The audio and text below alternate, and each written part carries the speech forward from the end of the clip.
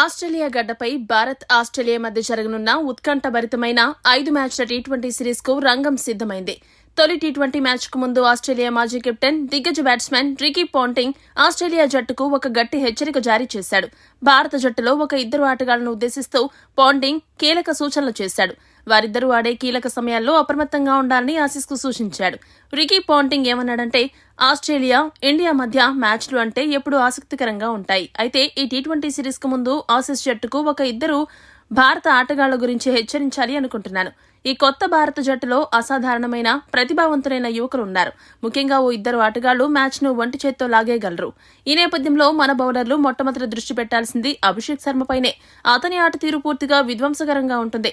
Power ప్లేలో అతను ఎంత ప్రమాదకారిగా మారతాడో నేను ఐపీఎల్లో చాలాసార్లు చూశాను. అంతర్జాతీయ క్రికెట్లో కూడా అలానే ఆడుతున్నాడు. మొదటి బంతి నుంచే భారీ షాట్లాడతాడు. అతనికి ఒక్కసారి మంచి ఆరంభం లభిస్తే స్కోర్ బోర్డు రాకెట్ వేగంతో దూసుకెళ్తుంది. ఆ తర్వాత అతన్ని ఆపడం దాదాపు అసాధ్యం. కాబట్టి అభిషేక్ శర్మను ఎలాగైనా సరే పవర్ ప్లే ముగిసేలోపు అవుట్ చేయాలి. లేదంటే అతను మన బౌలింగ్ దాడిపై తీవ్రమైన ఒత్తిడి పెట్టి మిడిల్ ఓవర్లలో వచ్చే బ్యాటర్లకు పని సులభతరం చేస్తాడు.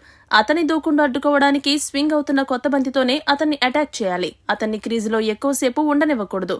ఈ జాబితాలో ఉన్న మరొక ప్రమాదకరమైన ఆటగాడు తిలక్ వర్మ.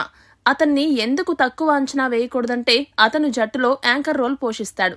అభిషేక్ లాగా దూకుడుగా ఆడకపోయినా స్కోరు వేగాన్ని అస్సలు తగ్గనివ్వడు. సింగిల్స్, డబుల్స్, అప్పుడప్పుడు బౌండరీలు కొడుతూ ఇన్నింగ్స్ ను ముందుకు తీసుకువెళ్లే విధానం అద్భుతం.